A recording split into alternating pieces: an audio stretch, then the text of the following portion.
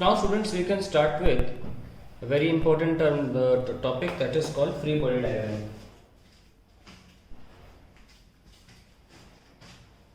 Free body diagram.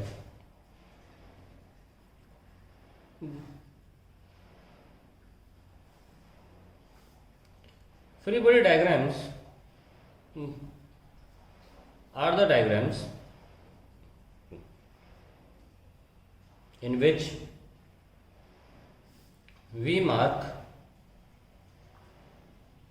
only those forces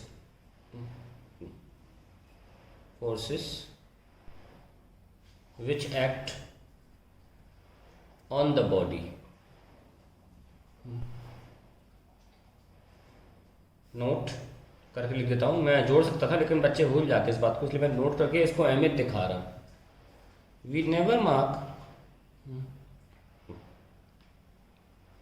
forces which act by the body, by body. जो force body पे लग रहे हैं हम वही मार्क करते हैं. तो हम बेसिक से शुरू करते हैं. एग्जाम्पल नंबर 1,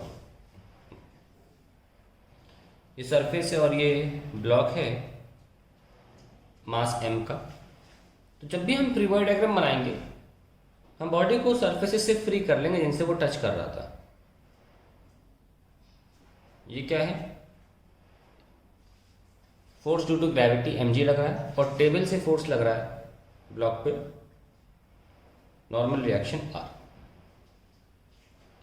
अभी बॉडी स्लाइड तो कर नहीं रही तो फ्रिक्शन तो है नहीं, तो ये हमारा फोर्स हो गया. दोनों जो लग रहे हैं, इसके अलावा कोई फोर्स नहीं लग रहा.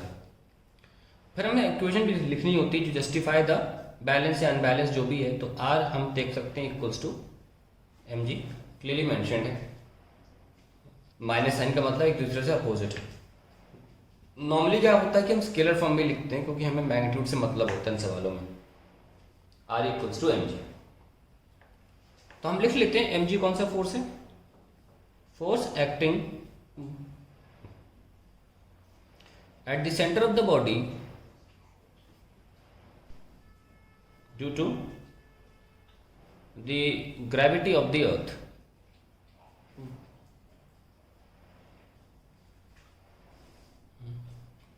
और जो r है, मैं कहना चाहूँगा gravitational acceleration of gravity of the earth, layman भाषा में लिख दिया. और जो r है क्योंकि ग्रेविटी अपने आप में फोर्स होता है. फोर्स का दूसरा नाम है, मतलब ग्रेविटेशनल फील्ड के सेंस में ग्रेविटी कहते हैं. And r is the force due to contact between table and body. Contact between table and body. अब कुछ और एग्जाम्पल ले लेते हैं.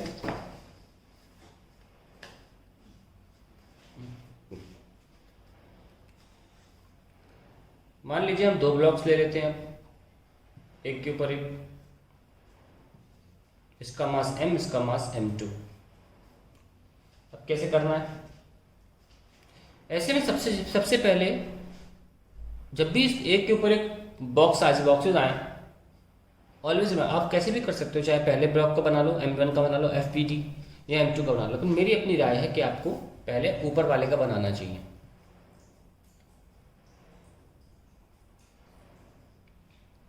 अब तो पता ही चल गया, इतना तो करना ही है. m1g और इन दोनों सरफेस के कांटेक्ट की वजह से रिएक्शन क्यों ना लिख, क्योंकि किस पे लग रही है? बॉडी 1 पे लग रही, तो I will name it as 1. ठीक है, और तो कोई फोर्स लग नहीं रहा. So we write the equation r1 equals to m1g. Now let's talk about the second body. तुरंत नीचे मार्क कर दो r1, उसका नाम भी सेम रखो r1 ताकि आपको कंफ्यूजन ना हो. क्या है? Action reaction. नाम भी लिख लेते हैं. R1 क्या है? Force on 1 due to 2. कौन सा? ऊपर वाला, क्योंकि हम नाम सेम रखा है तो हम डायरेक्शन से दिखाएंगे. और नीचे वाला R1 क्या है? Force on 2 due to 1. That is why you should on spot mark the upward reaction force on this downward reaction force. अगर इसको एक्शन मान लो तो इसको रिएक्शन बोल सकते हो. अब उसके बाद बचा गया इसका अपना वजन m2g, और ज़मीन से क्योंकि r2 पे लग रहा है हम r2 मार्क कर रहे हैं। अब बॉडी मूव तो कर नहीं रही, जब बॉडी मूव नहीं करती है तो हम ऊपर इक्वल टू नीचे कर देते हैं, यानी कि ऊपर के फोर्सेस इक्वल टू नीचे के फोर्सेस। r2 ऊपर अकेला होता फोर्स है और नीचे कितने हैं, r1 भी है और m2g भी है। जरा r1 को खोलिए, m1g plus m2g, and r2 हो जाएगा m1 plus m2 into g। देखिए ऐसा करने से तुरंत पलटने से हमें ये टेंशन नहीं लेना पड़ता कि ऊपर एक बॉडी रखी थी, वो r1 में जुड़ के ऑटोमेटिकली आ जाएगी। देखो ऐसे कि i भी है। अगर हम नॉर्मली ये देखते कि मान लो ये एक ही बॉडी होती है इस शेप की, तो उसका वजन कितना होता, m1 प्लस m2 होता, और फिर हम इक्वेशन क्या लगाते हैं, m1 प्लस m2g, और ऊपर लगाते क्या, रिएक्शन ओवरऑल एक अकेला। देखिए तब भी हमारा आंसर सेम ही आ रहा होता। तो ऊपर के बॉडी का बनाने का फायदा ये है कि आपको रिएक्शन उधार मिल जाती है, और उससे हमें यहाँ पे m1g पकाया ऊपर जितना भी वजन है उसके अकॉर्डिंग हमें नीचे के लिए रिएक्शन लिखना आसान हो जाता है। आइए आगे बढ़ते हैं।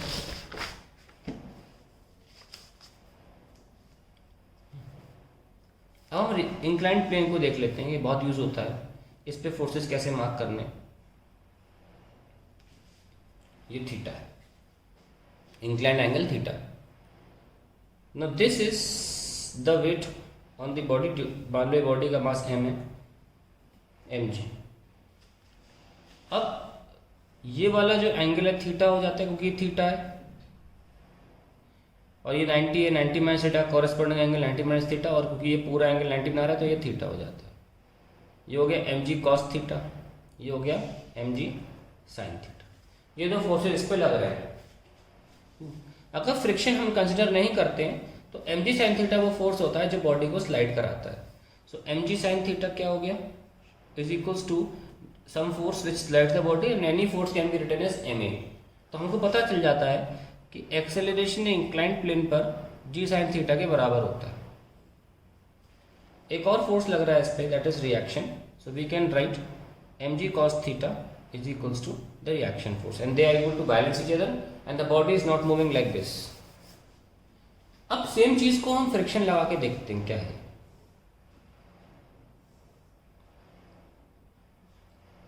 सेम चीज को हम फ्रिक्शन लगा के देखें अगर, तो ये क्या है, हम सारे फोर्सेस दोबारा मार्क कर लेते हैं। This is mg sin theta, this is mg cos theta, this is mg, this is reaction. और क्योंकि मोशन की टेंडेंसी किधर है, फ्रिक्शन हमेशा टेंडेंसी के अपोजिट ट्रैक्ट करता है, तो ऑब्वियसली ऊपर जाने की टेंडेंसी तो नहीं है, नीचे आने की है, तो फ्रिक्शन कहाँ एक्ट करेगा, opposite to the tendency of motion.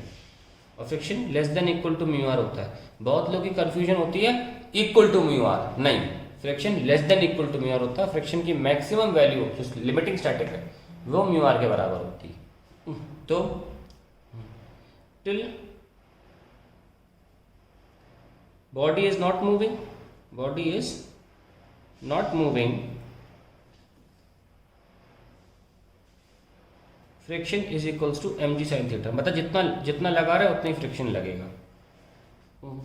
When mg sin theta, when या इफ लिख लो, mg sin theta just exceeds f, then हम क्या करते हैं, अगर जस्ट एक्सीड एफ कर जाए तो इस, चलो ग्रेटर देन लिख लें, तो बॉडी अल्टीमेटली यहाँ पे स्लाइड करना शुरू हो जाएगी और it will have some acceleration. मैं जस्ट की कंडीशन नहीं लिख रहा, मैं कह रहा हूँ ज़्यादा हो गया है, तो हम लिख सकते हैं mg sin थीटा जीत गया f से, greater than sorry minus f equals to ma। जीतने का मतलब ये है कि अब फ्रिक्शन की मैक्सिमम वैल्यू लग चुकी है, उसके बाद भी बॉडी मूव कर गई, फ्रिक्शन की मैक्सिमम वैल्यू लग चुकी है, उसके बाद ही बॉडी मूव कर गई, इसलिए हम यहाँ पर माइनस का म्यू आर लिख सकते हैं और फिर फाइनली हम एम ए कर सकते हैं, ठीक है। और mg sine theta minus mu R का लिख लेते हैं mg cos theta equals to M A, तो ये एम एम कैंसिल, हमारे पास एक्सेलरेशन क्या आ गया, g sine theta minus mu G cos theta. आइए कॉमन ले लेते हैं g, तो sine theta minus mu cos theta is the acceleration when body slides downward sliding, तब एक्सेलरेशन ये होता है a is equal to G sine theta minus mu cos theta. क्योंकि बॉडी मूव कर रही है, we should be using kinetic friction of coefficient, we should not be using static friction coefficient. आपको सवाल में दिया जाएगा या बोल दिया जाएगा take static and kinetic almost to be same, तो ये ध्यान रखिए कब काइनेटिक यूज करना है कब स्टैटिक।